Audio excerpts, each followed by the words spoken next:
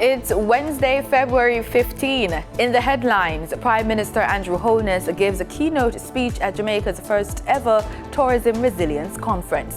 In business news, government tables first $1 trillion budget. Regionally, President Ifran Ali issues rallying call for a mission to make the LCDS to be global model for development. Internationally, Scotland's First Minister Nicola Sturgeon resigns. And in sports, Trinidad and Tobago's under-17 team lose to USA. This is the news on PBC Jamaica. I'm Simone Absalom Gale.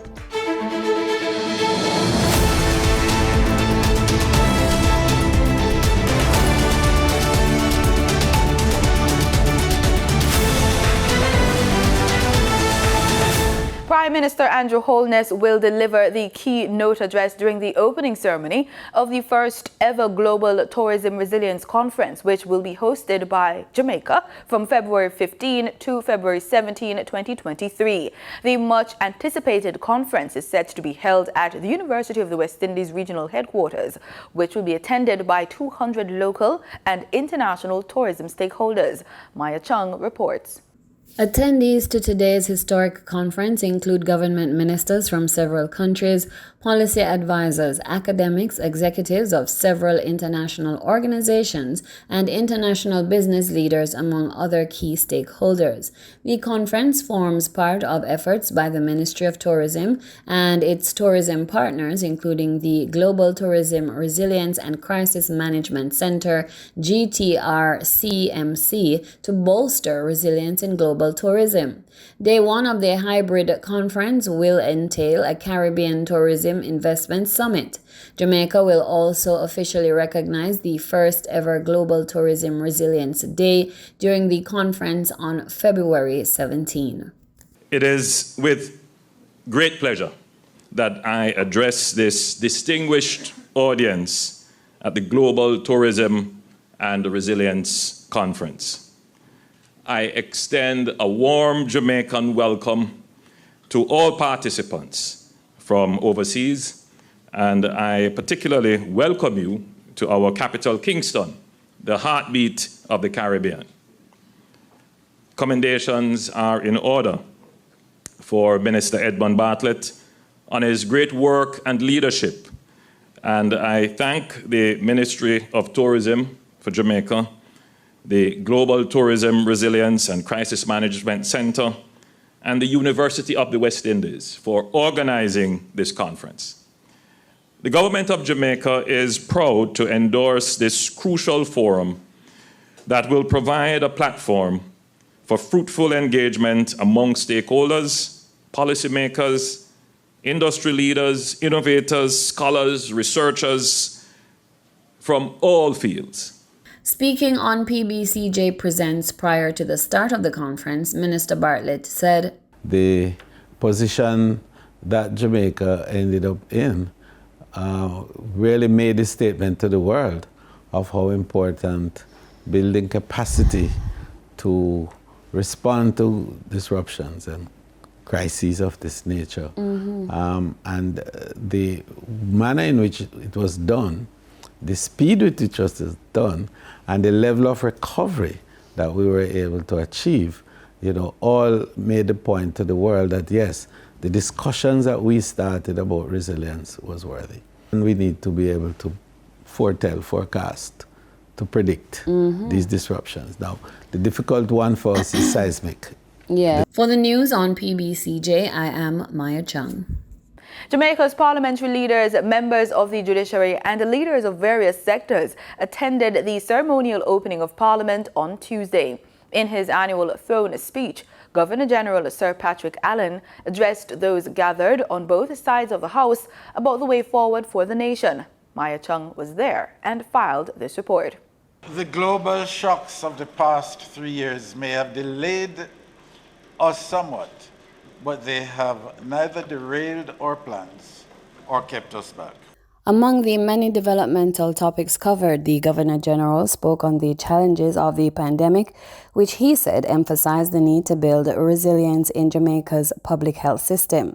Speaking on Project Code Care, Sir Allen advised that the project was initiated to reduce the backlog of surgeries, and to date, approximately 270 surgeries have been completed through partnership with the private sector and the support of the health professionals in the diaspora. He said the government will continue this drive to improve service delivery, and an additional 1,000 persons waiting for more than 3 years will have their surgeries completed. Citing certain studies, the Governor General says it's been proven that the pandemic triggered an increase in anxiety and depression. He added that in putting measures in place to address mental health challenges, the government launched the School Mental Health Literacy Program to train professionals and students. So far, 531 school personnel have been trained, including healthy and family life education teachers, school nurses, and guidance counselors. Sir Allen said in 2022-2023, progress was made under the jointly funded European Union and Inter-American Development Bank Infrastructure Development Plan. According to him, in financial year 2023 to 2024, the government will continue this work with the commencement of construction on the expanded Spanish Town Hospital, as well as the continued rehabilitation of the Cornwall Regional Hospital, the construction of the new Western Child and Adolescent Hospital, and the upgrade of the University Hospital of the West Indies, with a total investment of some $6 billion Jamaican dollars. The U.S. $34 million runway extension project at the Sangster International Airport in St. James is on track for completion this year. Chief Executive Officer of MBJ Airports Limited, Shane Monroe, says construction, which is approximately 65% complete, is slated to be concluded during the second quarter of 2023. Here's more in this report. The undertaking forms part of a U.S. $70 million project encompassing the runway's extension, public road and utilities relocation, shoreline protection, and coastline restoration. Mr. Monroe told JIS News that there are benefits to the runway project and emphasized that the main goal is safety. He said the plan is to introduce a runway end safety area, RESA, at both ends of the runway. He said further, the reasoning is to prepare for any case where an aircraft undershoots or overshoots the runway.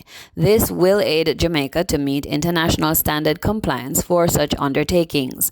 The CEO further informed that the extension provides additional operational benefits, including increasing the takeoff run available, accommodation of higher payloads and visitor traffic, and the opening up of newer gateways and routes to Jamaica. The contractor is United Kingdom-based Lagan Aviation and Infrastructure, which has partnered with local firm S&G Road Surfacing Materials Limited. Mr. Monroe said the airport has great connectivity to North America, Europe, and even to Central and South America. For the news on PBCJ, I am Maya Chung. Time now for the business report with Danita Rodney.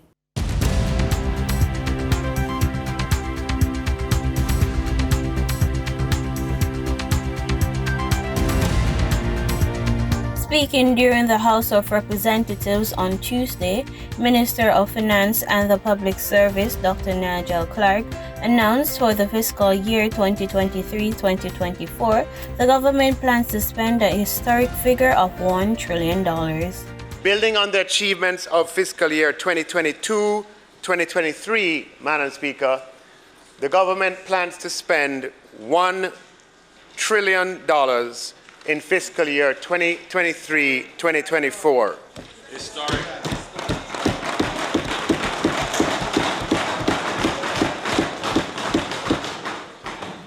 This is Jamaica's first $1 trillion budget.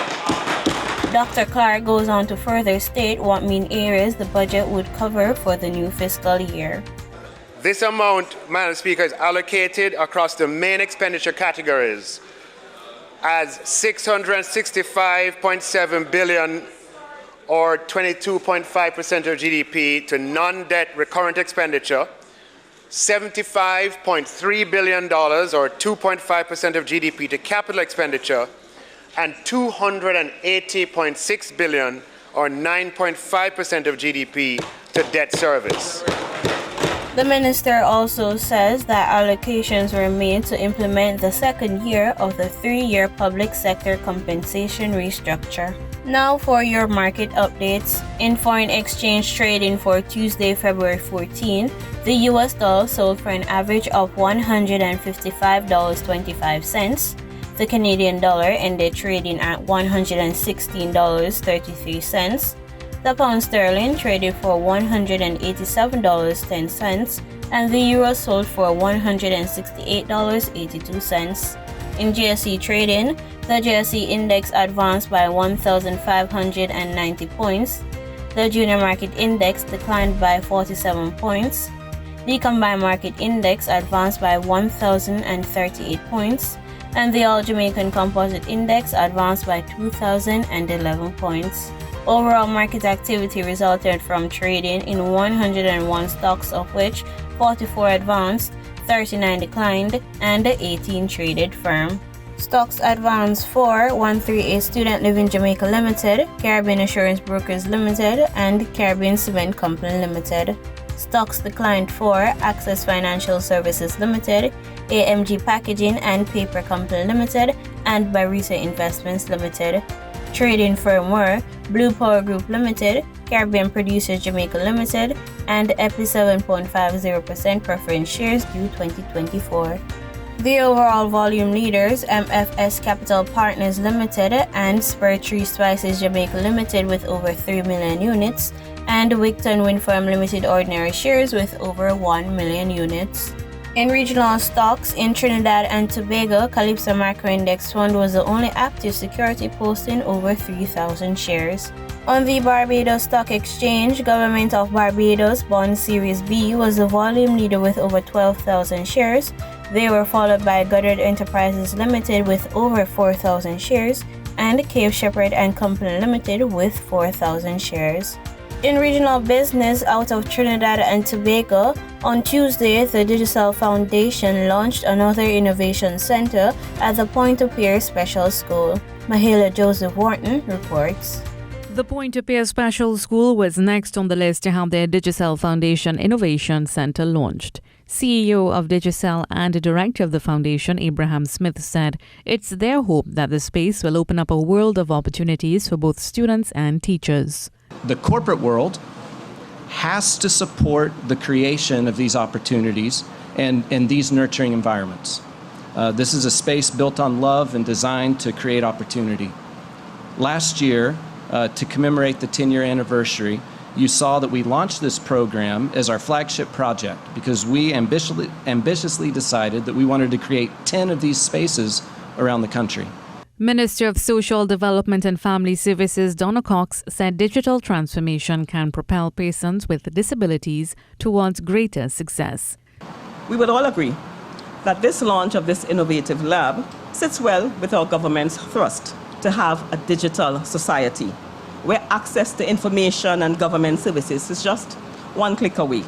As such, through this initiative, the ministry is quite confident that the Digital Foundation will reduce the digital divide and create avenues for quality education.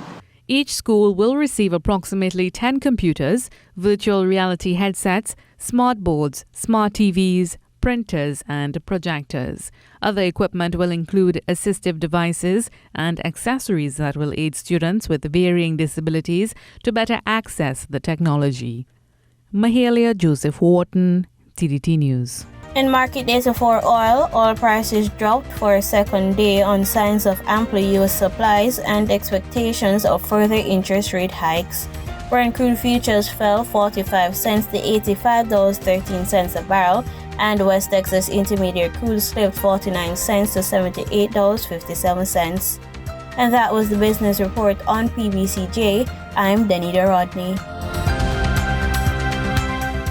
In regional news, the second International Energy Conference and Expo Guyana got underway on Tuesday. And in his address at the conference's opening ceremony, President Ifran Ali said Guyana's developmental plan will be a model for global sustainable development.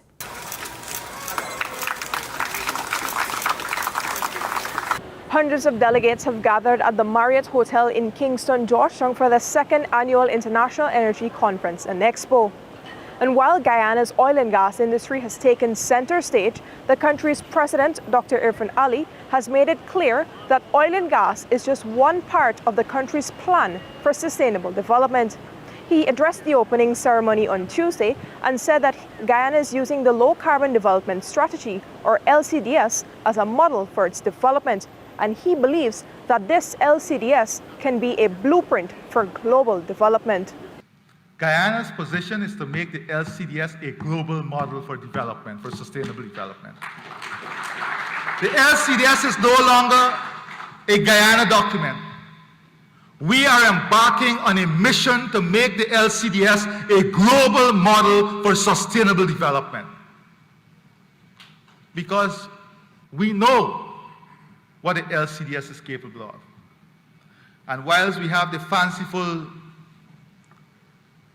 talk about how do you help indigenous people, Prime Minister Rowley, on Wednesday, because of what the LCDS has earned for Guyana, on Wednesday, Tushaus, leaders of our Amerindian villages, will receive a check in their hands for the people of those villages as a result of the LCDS and what it has earned for our country.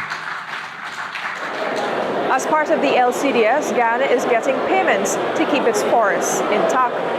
Those payments, alongside oil and gas revenues, President Ali said, will help to facilitate substantial development in Guyana. One of the greatest impediments to national development in Guyana has been and continues to be the cost of energy. Continues to be the cost of energy and the reliability of energy. Fortunately for us, in 2 years, in record time, we have been able to put together a project, the natural gas project, the energy project, in record time that meet, let me make this very clear, that meet every aspect of international scrutiny and transparency that will cut the cost of energy by half before the end of 2025.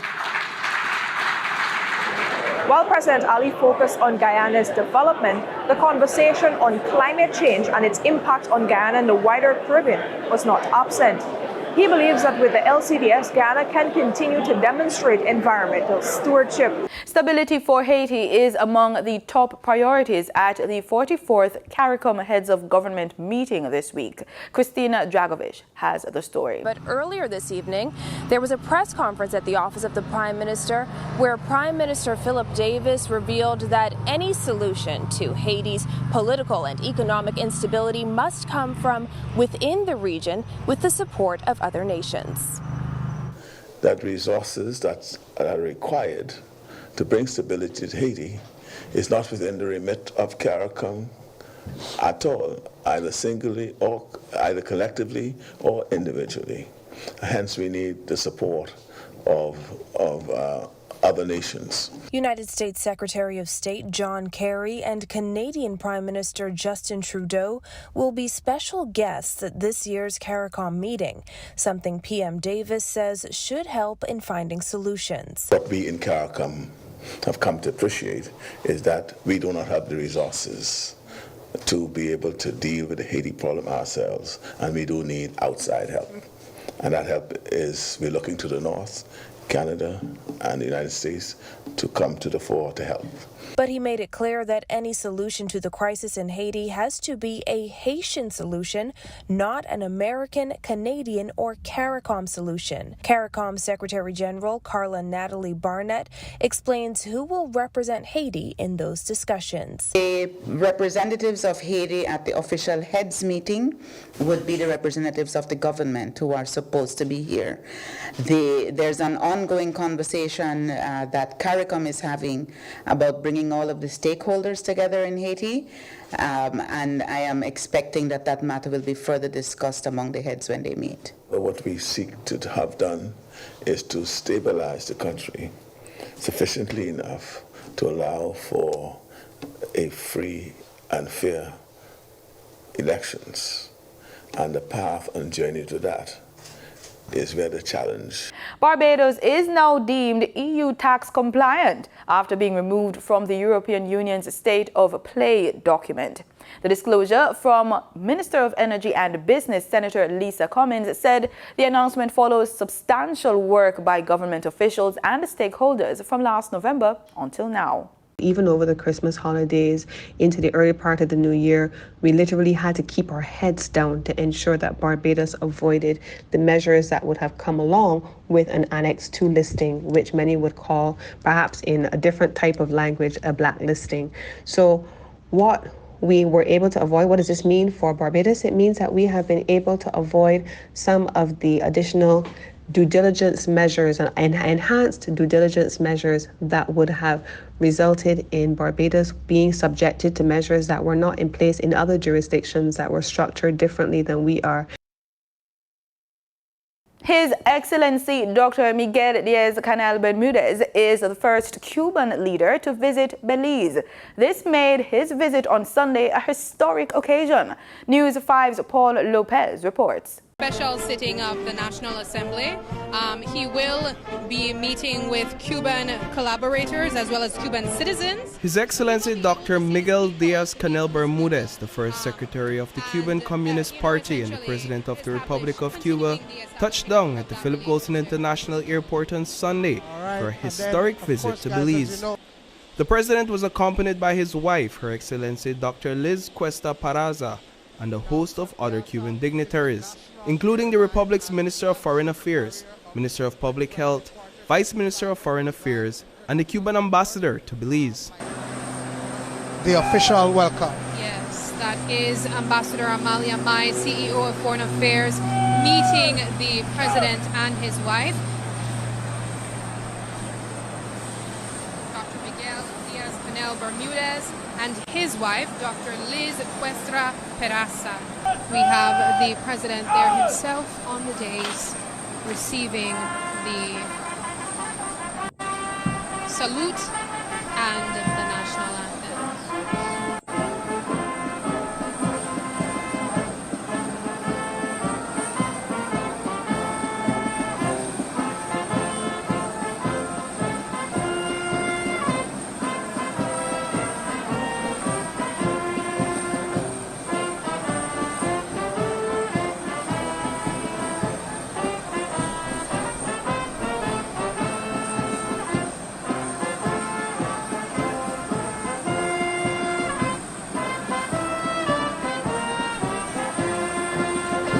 Flanked by the Governor-General of Belize, Dame Fruela Salam, and Belize's Minister of Foreign Affairs, Eamon Courtney, and his CEO, Amalia Mai, the Cuban president, his wife, and the rest of the Cuban delegation were escorted off the tarmac and transported to the government house under heavy security. Upon arrival at the government house in Belize City, Prime Minister John Briceño welcomed the Cuban president to Belize. We have the arrival of His Excellency Miguel Diaz-Canel Bermudez along with his lovely wife. Prime Minister John Briceño led the Cuban delegation to a brief meet and greet. Inside that room, the Governor-General of Belize, Dame Fruela Salam, was seated next to the Cuban president. A bilateral meeting was held immediately following the meet and greet, where two cooperation agreements were signed between both nations. Belize has had bilateral relations with Cuba for the past almost 28 years this coming year here. And Belize has had this exchange with Cuba in terms of medical trade, in terms of education and so forth. And it is just a wonderful moment to see them finally sitting in a room together here in Belize. In international news, Scotland's First Minister, Nicola Sturgeon, resigned after serving 8 years on the job. Sturgeon became the leader of the ruling Scottish National Party in the wake of its 2014 independence referendum, when the country voted 55% to remain as part of the United Kingdom. Under her tenure, Sturgeon led her party to a resounding success at the 2015 UK election, winning 56 of 59 seats in Scotland and establishing it as Britain's third largest party, before she retained control over the devolved parliament at more recent elections. In a press conference on Wednesday, she addressed her unexpected resignation. Let me bring you some breaking news out of Scotland. Scotland's First Minister Nicola Sturgeon's just announced her resignation after more than 8 years. Sturgeon's been in the position since 2014. This decision is not a reaction to short-term pressures. Of course, there are difficult issues confronting the government just now, but when is that ever not the case? I have spent almost 3 decades in frontline politics, a decade and a half on the top or second top rung of government. When it comes to navigating choppy waters, resolving seemingly intractable issues, or soldiering on when walking away would be the simpler option, I have plenty of experience to draw on. So if this was just a question of my ability or my resilience to get through the latest period of pressure, I wouldn't be standing here today. But it's not. This decision comes from a deeper and longer term assessment. We're going to get more on this with Rory Challens in London. Rory, I understand Nicola Sturgeon, in fact, is still carrying on making that statement at the moment. This, in many ways, is an upheaval in Scottish politics, given the length of time she's been in office. What has she been saying in this statement? Yeah, you're certainly right about an upheaval. I mean, we're used to, at the moment, aren't we, upheaval in Westminster politics with prime ministers coming and going with a dizzying speed. But north of the border, things have been much, much more stable for many, many years. Nicola Sturgeon, the longest serving First Minister of Scotland. She said that stepping down was a very hard decision to make, but that as a leader, you have to kind of intuitively know when the time is right to make way for someone else. And she thinks that that time is now. She said that there were a couple of questions that she has been asking herself recently. The first of those is carrying on right for me? And the second of them is me carrying on right for the country and right for the party? And she said recently she wasn't so convinced that the answer to both of those questions was yes. She talked about the personal toll that the pressures of the job had been taking on her. She said she wasn't expecting violins for this, but there's only so long, she said, that you can give everything to a job. It takes its toll, and more so recently. She was suggesting the pandemic, she said, was particularly tough. And also she was hinting at perhaps decisions that she's taken, choices that she's made, positions that she holds that aren't necessarily shared by the rest of her party, and that in stepping down she would free the party to choose a new leader and go forward. Now, as for the timeline of that, there will of course be. In other sporting news, coach Sean Cooper and his charges at the CONCACAF Under-17 Championship fell to their second successive defeat in Guatemala on Monday night. Here are the details from TTT Live. Trinidad and Tobago's performance in their opening round loss to Canada raised the hopes of local fans for a place in the round of 16. But following another defeat on Monday, the Under-17s will have to avoid that fate in their final Group F match against Barbados on Wednesday if they are to advance out of the group. Barbados are in a must-win situation with 2 losses of their own, plus an inferior goal difference to Cooper's young men. Trinidad and Tobago faced the USA in the second match in the city of Antigua last night, which saw a strong first half from the Americans to propel them to their 3-1 win over the Young Warriors to secure a spot in the round of 16.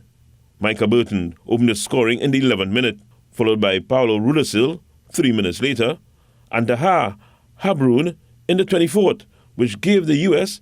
a 3-0 halftime lead. But Trinidad and Tobago pulled a goal back in the 78th through Daryl Garcia.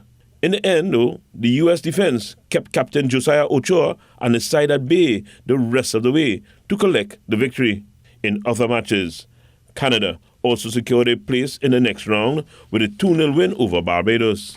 In Group E, Panama and Mexico will also see second-round action following victories over Curaçao and the host, Guatemala, respectively.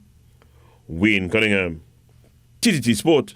And that's the news on PBCJ. I'm Simone Absalom Gale. Remember, we are the People's Station.